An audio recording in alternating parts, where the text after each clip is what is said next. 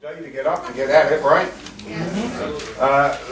What I thought I want to start with is with the pink sheet, or cherry, I think it is. Fuchsia.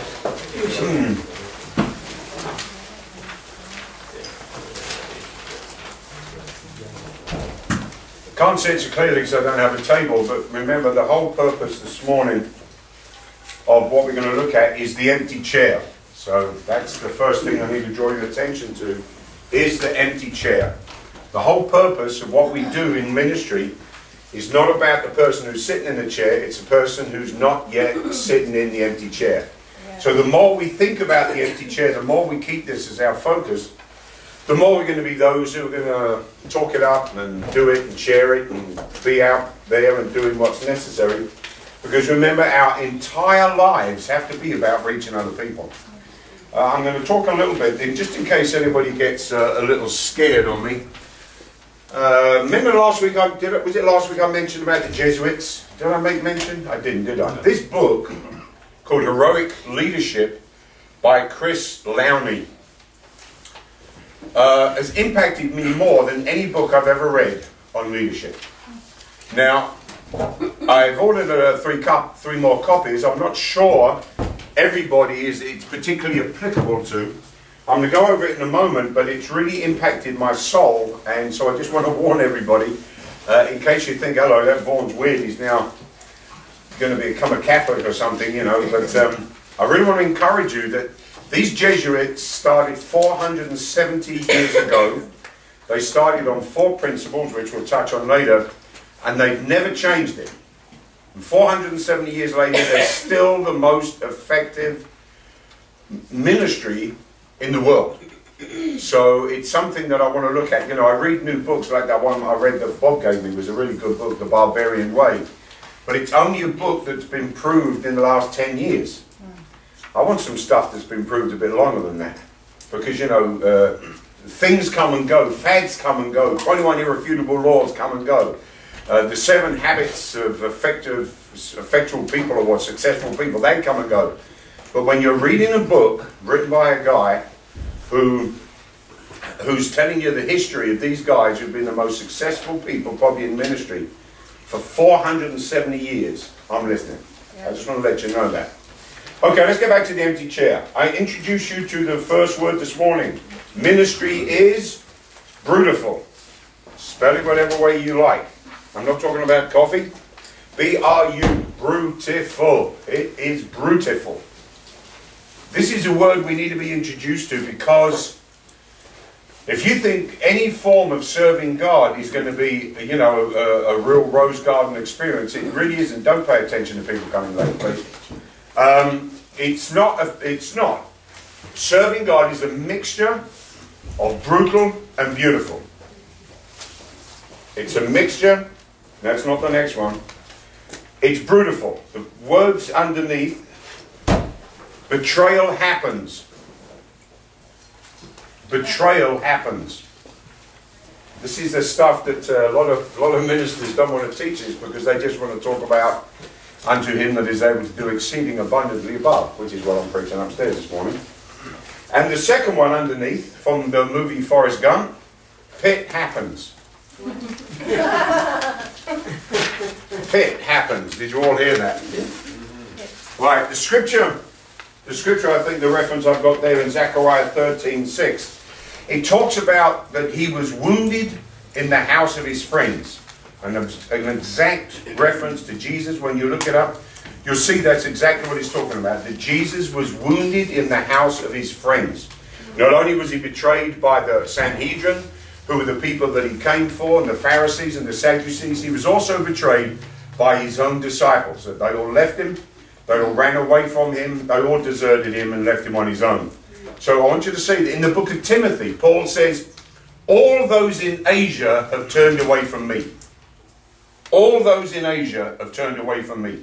Makes you wonder why God forbade them to go into Asia. I don't know if there's some kind of a cultural issue that they were going through. But at the end of that chapter, at the end of that story, I think it's in 2 Timothy, it says, but the Lord stood by my side. And I want to say this, if you're going to go into any form of ministry, And as this world changes, you know, we are in the middle of one of the greatest changes our country will ever see. I'll say it again and again. Your children are going to live to 100 years old. And they're going to see more. In the next 10 or 20 years, this country will be unrecognizable. And you've got two choices. Either learn how to lead or backslide. How's that? You want to make a note? I really believe that. Either learn how to lead, either learn how to live by faith, or backslide. I don't think there'll be much choice. Remember, the Bible promises the second coming won't happen until the great falling away. Or as the Bible calls it theologically, the apostasy. The falling away. Well, I have no intention of falling away, and I know none of you have any intention of falling away. That's why we've got to stop playing games. We've got to face the issues that serving God is brutal. And it happens. What does it mean? It means you will be betrayed by your brothers. If you want to move into leadership of any kind, and you're all leaders, the Bible says in the last days 10 men will grab a hold of a garment of one who's called a Jew and say, I must come with you because we know God is with you. You are leading your family. You are leading your co-workers. You are leading the people that everybody you're touching. You are leading them. So you might as well lead them and expect the good, the bad, and the ugly. And some of the ugly is pit happens. Your brothers get mad at you. Who the heck do you think you are? And throw you in a pit and sell you into slavery. Right? This is the story of Joseph. And if you're not prepared for it, when betrayal happens, it hurts. It hurts anyway. But when betrayal happens, it hurts like hell. So you need to be aware of this. And it's very important because if you're not prepared for it, if you're not in your heart, deal with some of these things. Remember last week we talked about that book again that Bob gave me? Love is not the absence of pain. Love is the promise of pain. I promise you, if you have love in your heart, you are going to have pain. Last night as I stood over a grave, yesterday morning, doing a burial up here in Saugerties, the more they loved the deceased, the more they cried. The more they loved, the more pain.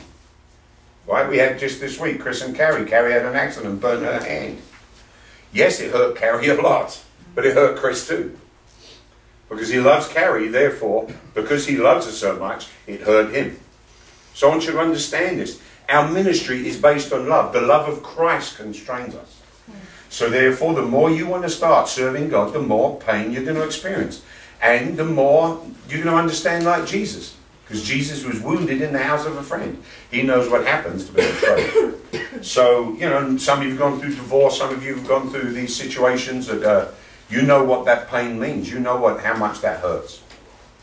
And I want to encourage you, don't want to sound rude, but the fact that divorce is so common, if you get my drift, in our culture, it doesn't lower the trauma of it.